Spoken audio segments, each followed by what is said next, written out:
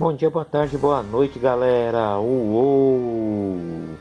Vamos para o nosso podcast de Sociologia. Estamos na página 228 do nosso livro, A Verdade Óbvia sobre a Corrupção.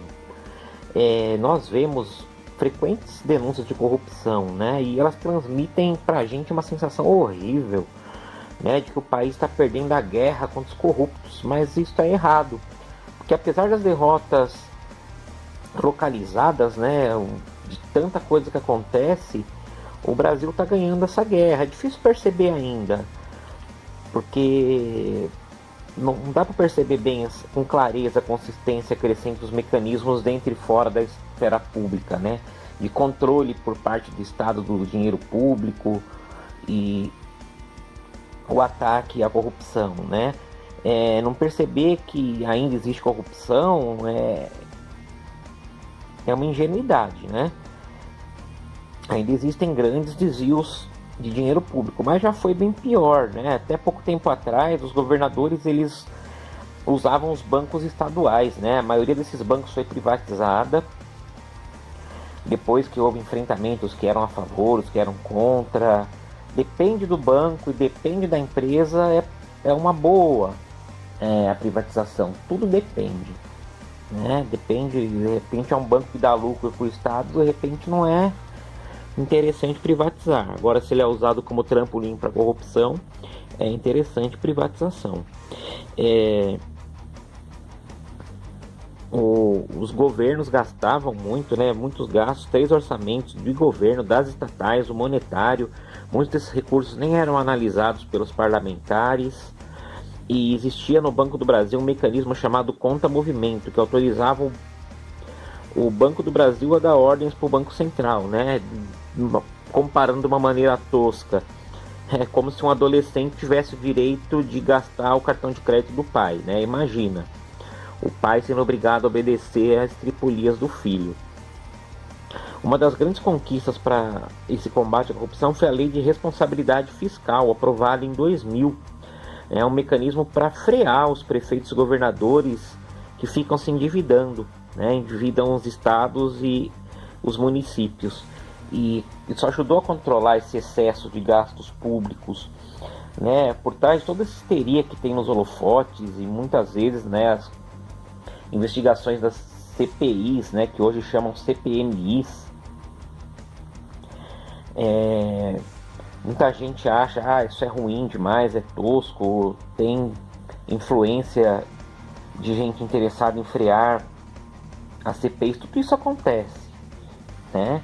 Só que as CPMIs se colocam contra os futuros delinquentes, né? Se criou uma Controladoria Geral da União, que vem descobrindo as falcatruas nas prefeituras, só que ainda tem enormes falhas, né? Uma delas é a ineficiência dos conselhos municipais com representantes dos governos da sociedade para fiscalizar, porque tem que ter fiscalização nos gastos das áreas como a saúde, educação, assistência social.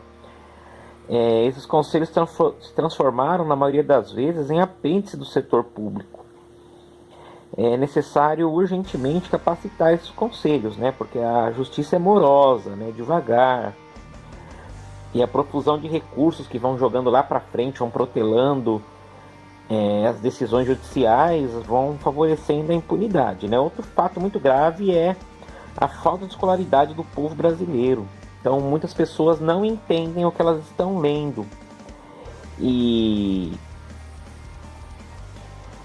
tanto político incompetente que às vezes se acreditam que a ideia do rouba mais faz é uma boa ideia, né? Todos eles roubam, só que alguns fazem, outros não, né? Deixar de reconhecer a criação e o aprimoramento desses mecanismos de controle do Estado, né, como o controle da roubalheira, é uma desonestidade intelectual, é um desrespeito e uma injustiça a um grande grupo de brasileiros, né, que na imprensa, no Ministério Público, no Congresso, na polícia, em ONGs, não desistiram diante do clima generalizado de impunidade e de desperdícios, né? Foram e enfrentaram a corrupção. Muita gente enfrentou, muita gente conivente, mas muita gente enfrentou sim, né? E quando você não acredita que tem esse combate, que a corrupção pode acabar, né, começa a surgir grupos que duvidam da democracia e acabam apostando nos pretensos salvadores da pátria. E se a gente for ver, né, em exemplos muito recentes, não existe essa de salvador da pátria. Todo aquele que fala que vai salvar o país, né, que vai fazer melhorias, que vai combater a corrupção, que é honesto, a gente vê que esses que mais falam são geralmente os mais corruptos.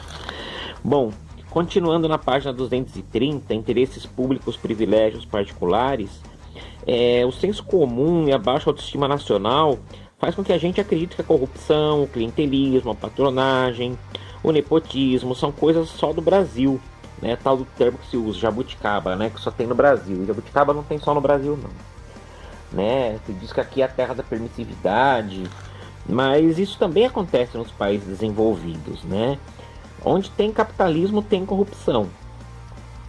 E a gente já citou aqui na nossa reflexão o Durkheim, o Weber, o Faoro, né? Cada um a seu modo trataram de alguma forma essa confusão que existe entre o que é público e o que é privado. E o autor do livro ele incluiu mais um nome, que foi o da Hannah Arendt, né? A Hannah ela discute a diferença entre viver a vida e viver o mundo. Viver a vida é manutenção da existência biológica, né? Alimentação, vestuário, moradia, sono, né? Isso é viver a vida. E viver no mundo? Viver no mundo é um artifício humano, coisas que só os seres humanos fazem e que nos distinguem dos outros animais. A política, a ciência, as artes, né? É um lugar, a política aqui, lógico, né, entendida como as decisões coletivas, individuais, acerca dos interesses comuns a todos. E a partir daí nós podemos perceber a distância que existe entre a política que se tem atualmente e a política como concebida pela autora. Mais do que propor um modelo ideal, o que a Hannah Arendt vai fazer uma reflexão é que os possíveis motivos que explicam viver em sociedade não é mais do que a reunião de indivíduos buscando a manutenção da vida, progressivamente mais desinteressados pelo mundo e pelo que lhes é comum, né? Parece, né, que a única coisa que hoje é comum para todos nós é a busca pela manutenção individual.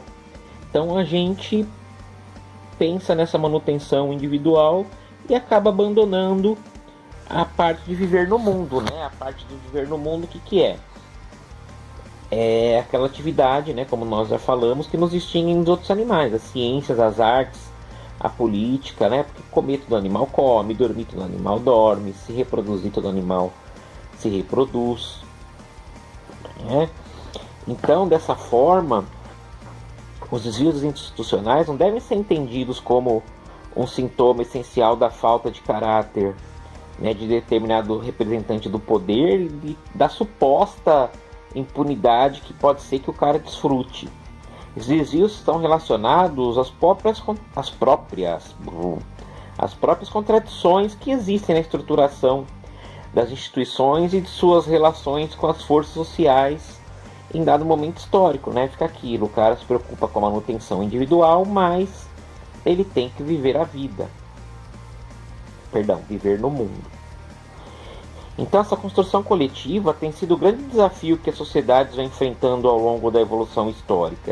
E isso não vai sem problemas e sem contradições, né? Por outro lado, não deixa de ser um avanço o fato de que os movimentos por ética na política têm cada vez mais respaldo de todos os setores sociais, tanto no Brasil como em outros lugares do mundo. Beleza, galera?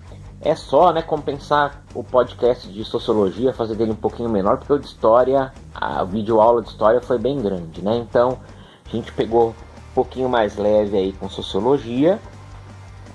E é isso. Respondam as 3 perguntinhas do formulário. E na próxima semana nós voltamos. Beleza, galera? Até mais. Uou!